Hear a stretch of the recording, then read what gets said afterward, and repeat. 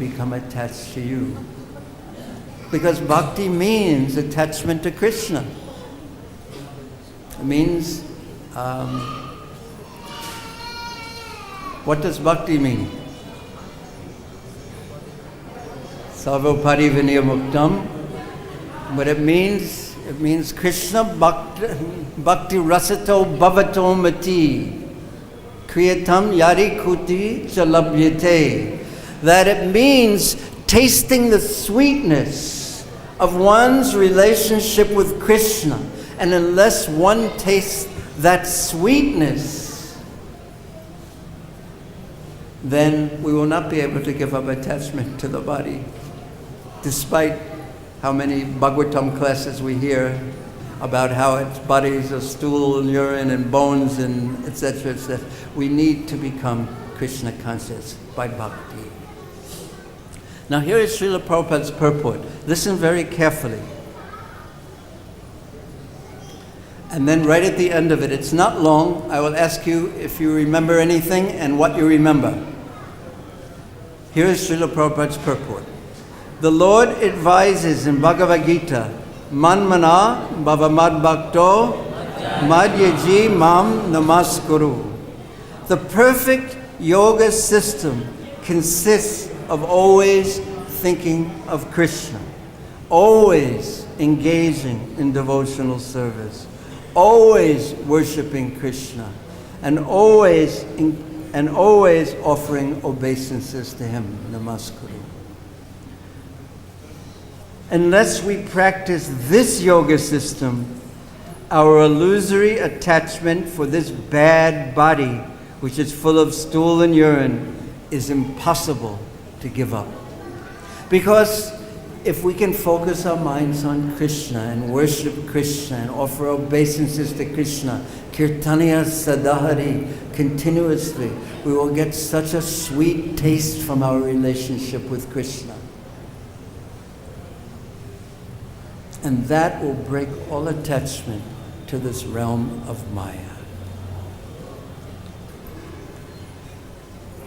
The perfection of yoga, Prabhupada continues, consists of giving up attachment for this body and bodily relationships and transferring that attachment to Krishna.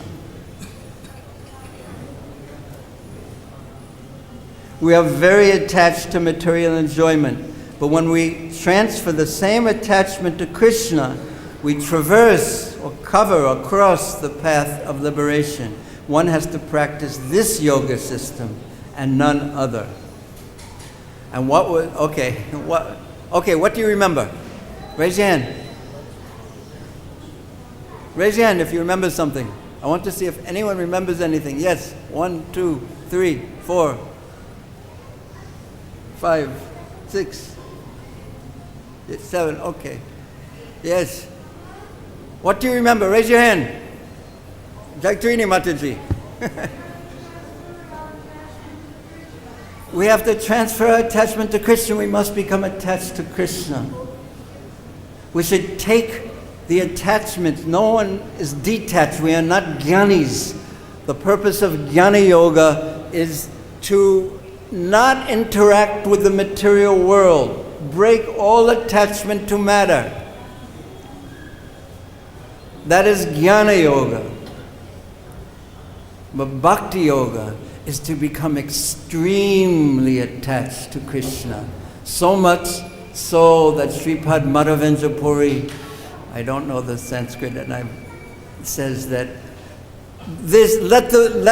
those who strictly follow the Vedas criticize me. Let these people say that I'm a fool. Let the people, because I'm wandering around with no thought of the future, let them say I'm impractical and have gone crazy. Let everyone say what they want, but I want to develop my attachment for Krishna, that boy who is so alluring, who is so attractive, who wears atop his head a peacock feather, and his smile is very charming, and it's compared to Krishna's smile is compared to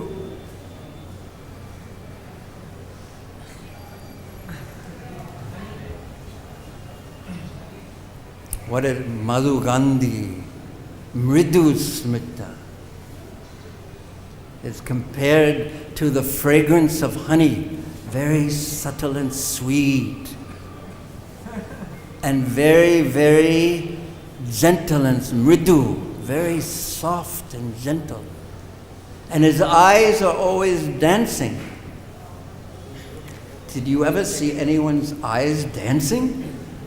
His eyes move restlessly from one devotee to the next, and he calls the cows, and he glances at this one and glances at that one. We want to become attached to Krishna. There is no more suitable object of attachment than Krishna. Krishna means Krishna, and Krishna, those who are attached to Krishna, and Krishna's land. We want to develop this attachment. And one has to practice this yoga system, Prabhupada says, and none other. The yoga of attachment and service to Krishna, bhakti yoga, by chanting Krishna's names, manmana, bhavamad bhakti, by always being engaged in serving and worshipping and chanting and hearing about Krishna and thinking about Krishna and offering obeisances to Krishna. What's the benefit of, why do we have to offer obeisances to Krishna? Raise your hand. Why? Why do we have to offer obeisances to Krishna? Because he is great. Because he is great and we are insignificant. And the last thing the mind wants to do is offer obeisances to anyone. The materialistic mind wants everyone to offer obeisances to me. And if they don't, they're fools. And they deserve to be chastised immediately. This is the nature of the materialistic mind. And it has to be trained to offer obeisances to Krishna, because he is great. He is the one who creates the entirety of the universe. He is the one who destroys it just like that.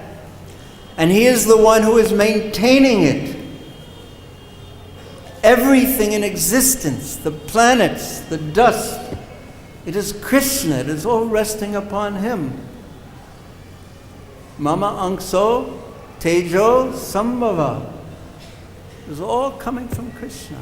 So we should naturally, being very tiny and insignificant, offer obeisances and serve the greatest. But the materialistic mind, especially the materialistic modern mind, Ishwaraham, Aham Bhogi, Siddhaham. So we practice bhakti to overcome these problems. Okay, now that I've talked and ruined your concentration on the purport, does anyone still remember anything from the purport that wasn't mentioned? Yes, you raised your hand quickly. Unless we engage ourselves in bhakti yoga, we cannot be detached from the body. Unless we engage ourselves in bhakti yoga, we cannot become attached to the body. And remember the last verse, or the next to one, the last verse that Narada Muni said was that if we're practicing bhakti yoga and reading all the shastra and still attached to the body, we're wasting our time. Very heavy point, very embarrassing point.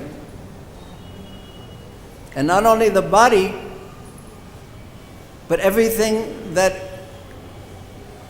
is related to the body. So very, very, very heavy.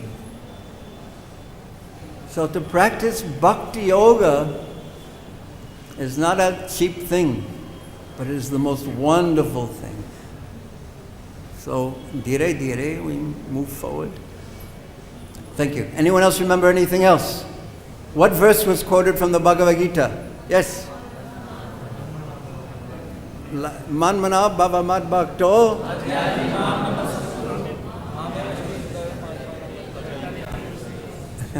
Oh, it depends which chapter.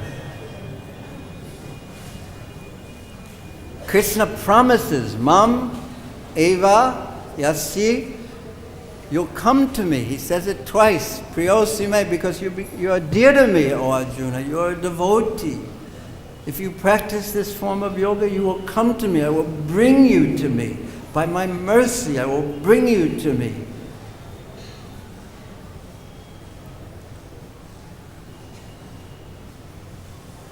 Anyone remember anything else from that Srila Prabhupada said?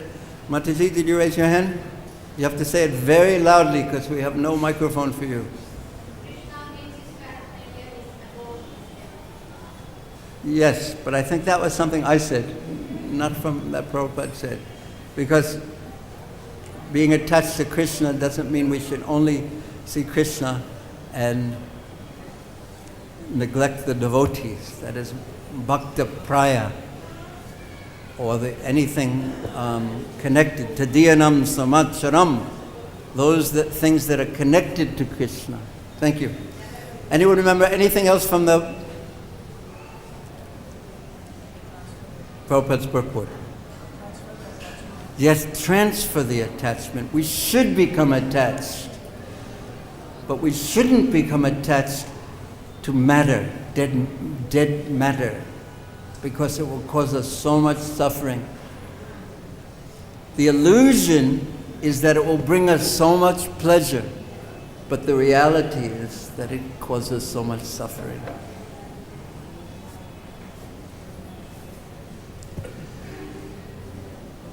Prabhupada says, unless we practice this yoga system, our illusory attachment for this bad body, which is full of stool and urine, it doesn't sound very attractive that way. But Maya puts so much glitter on it. It's magic, jaduwala. Maya is the greatest magician, and makes something that's essentially going to crumble and wrinkle seem so wonderful. But then in 1 second, the mind holds on to it, and then in 1 second we could be angry at that same thing that we're looking to for pleasure and looks so appealing. Maya is incredible, but Krishna is the most incredible. Okay, we'll end here.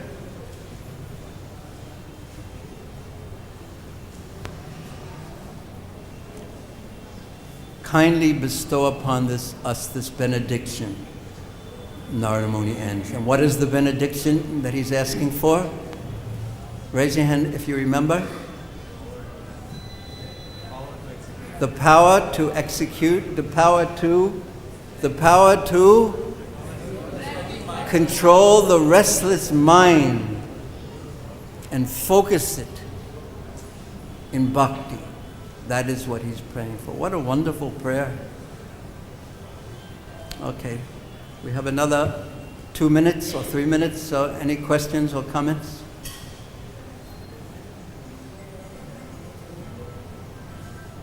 Yes.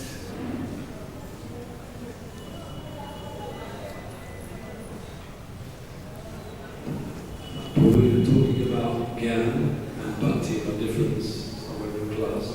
What is Jnana Mishra Bhakti actually? And what's the difference with that and pure Bhakti?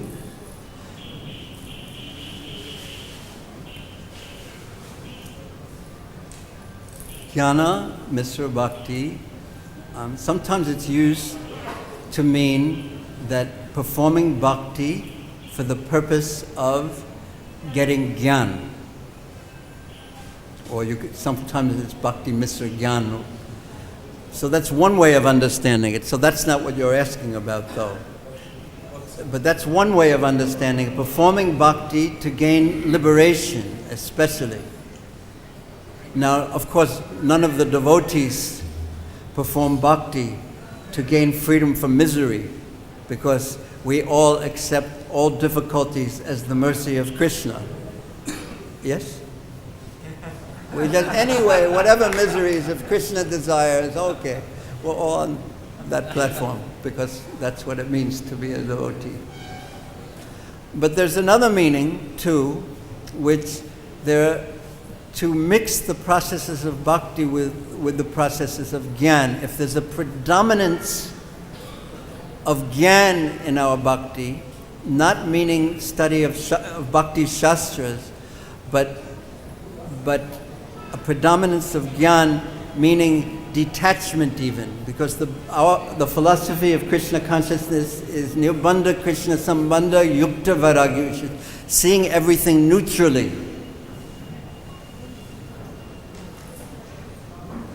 But we also need the preaching, the gyan type of preaching, because we tend to be too attached. So that's to break our attachment. But really the devotees see everything neutrally, and we saw that with the Prabhupada. He saw everything neutrally and as Krishnas and meant to be used in Krishna's service. So when there is an aversion and an attempt to pull oneself back from the body through the intellectual processes, that will mix into the process of bhakti gyan, and the result of that won't be ideal. It's shantaras, which isn't accepted as a rasa. But this is somewhat a technical subject. Did that answer your question sufficiently? Could we discuss it for a long time? Okay, we'll end here. Thank you very much. Srila Prabhupada ki jai. Srila Prabhupada Bhaktivinoda ki jai. Srimad Bhagavatam ki jai. Sisi Gaunitai ki jai. Sisi Krishna Balarama ki jai. Sisi Radha Shyama Sundar Lalita Vashaka Devi ki jai. Nitai Gaur Premanande.